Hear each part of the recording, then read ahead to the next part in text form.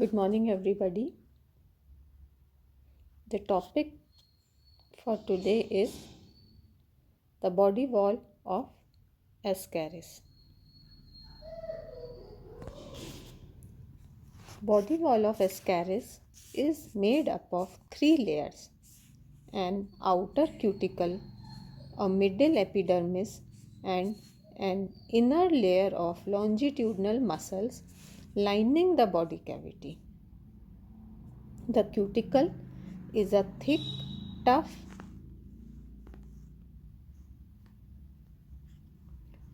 transparent,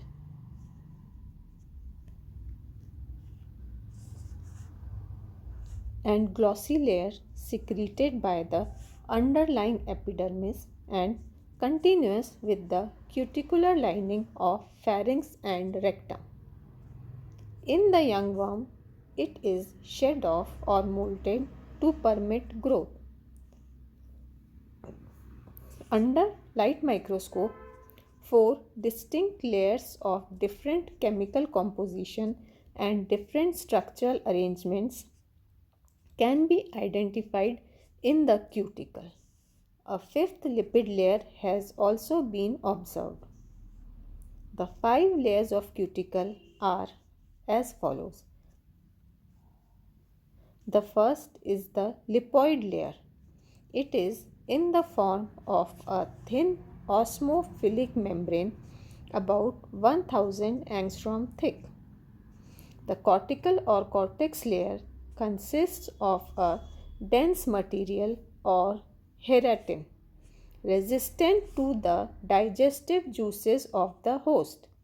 It includes an outer cortical layer which lies as discontinuous stripes or rings around the body, and an inner cortical layer. The matrix layer contains sulfur-rich matricin and consists of an outer fibrillar layer traversed by branching canals, a homogeneous layer which shows several radial striations, and a boundary layer resembling the outer cortical layer. The fiber layer consists of collagen fibers crossing each other and arranged in 3 strata. The basement membrane is a thin layer forming the inner limit of cuticle. The cuticle is permeable to salts, water products of metabolism. It is believed that enzymes are present in cuticle of Ascaris which control the passage of different metabolites. Some anti-enzymes are also secreted by cuticle of Ascaris which neutralize the effect of digestive juices of host upon the parasite. The epidermis or hypodermis forms a syncytial layer below the cuticle. Along the entire length of body at median dorsal, median ventral and 2 lateral positions, it is much thickened to form the dorsal, ventral and lateral lines or cords, respectively, bulging into body cavity. Lateral cords are more conspicuous and seen on the surface as yellow lines. Running through each of these is a lateral excretory canal and a lateral nerve. Through less prominent dorsal and ventral cords extend the dorsal and ventral nerve cords respectively. Epidermis is composed of relatively few cells, the nuclei of which lie in the cords arranged in longitudinal rows, often occurring in groups. Fat and glycogen reserves are abundantly present in epidermis. Circular muscles are altogether absent.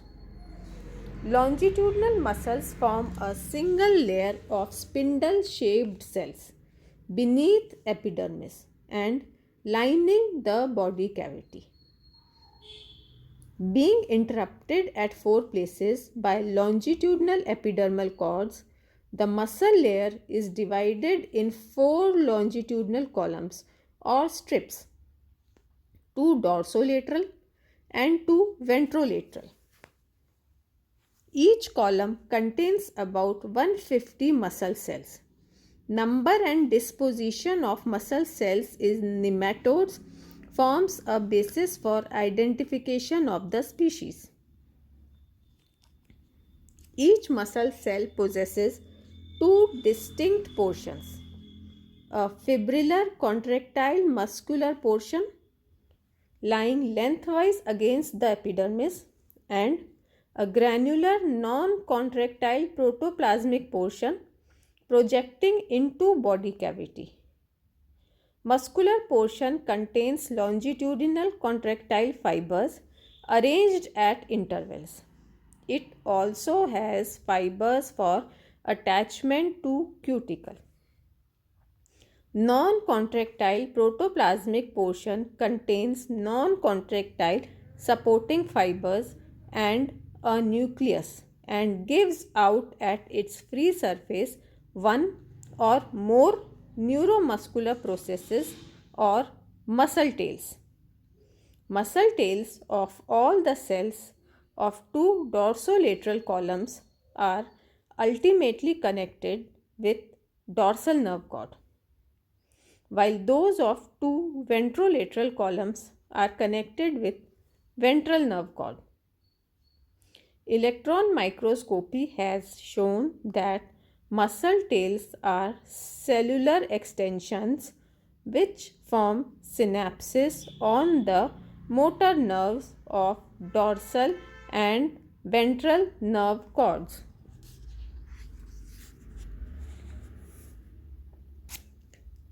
Change in body length is restricted due to absence of circular muscles in body wall. However, changes in length to about 15% are made possible by the fibers of cuticle. These fibers, though themselves inelastic, are disposed in a spiral and mesh-like arrangement which permits limited change of length. Undulating movements in dorsoventral waves can be performed by alternate contractions of dorsolateral and ventrolateral muscles in the anterior end of body. These movements help the parasite to counteract the peristaltic activity of the host's intestine.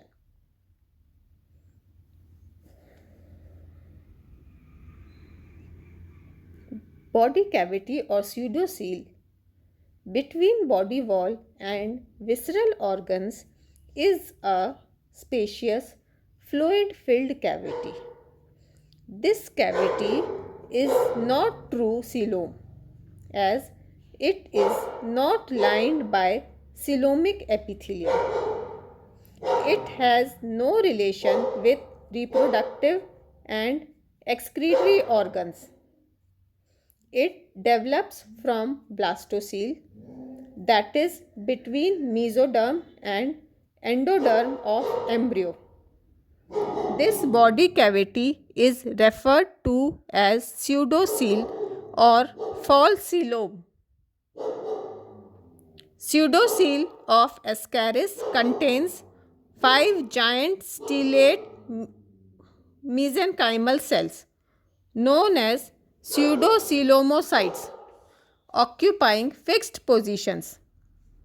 Out of these, the largest cell lies on the dorsal side of pharynx, and from it extend numerous thin cytoplasmic strands in the form of fenestrated membranes.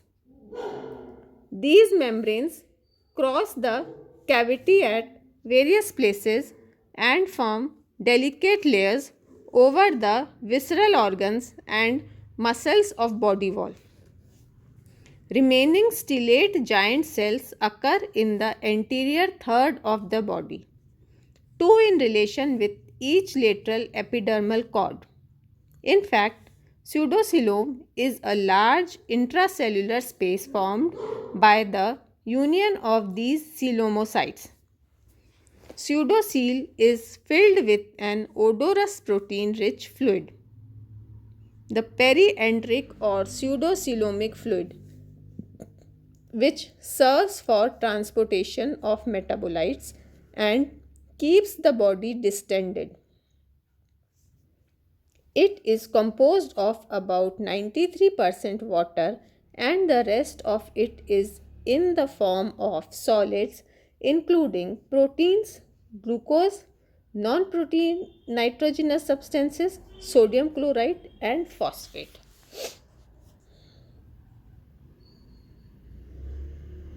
Thank you.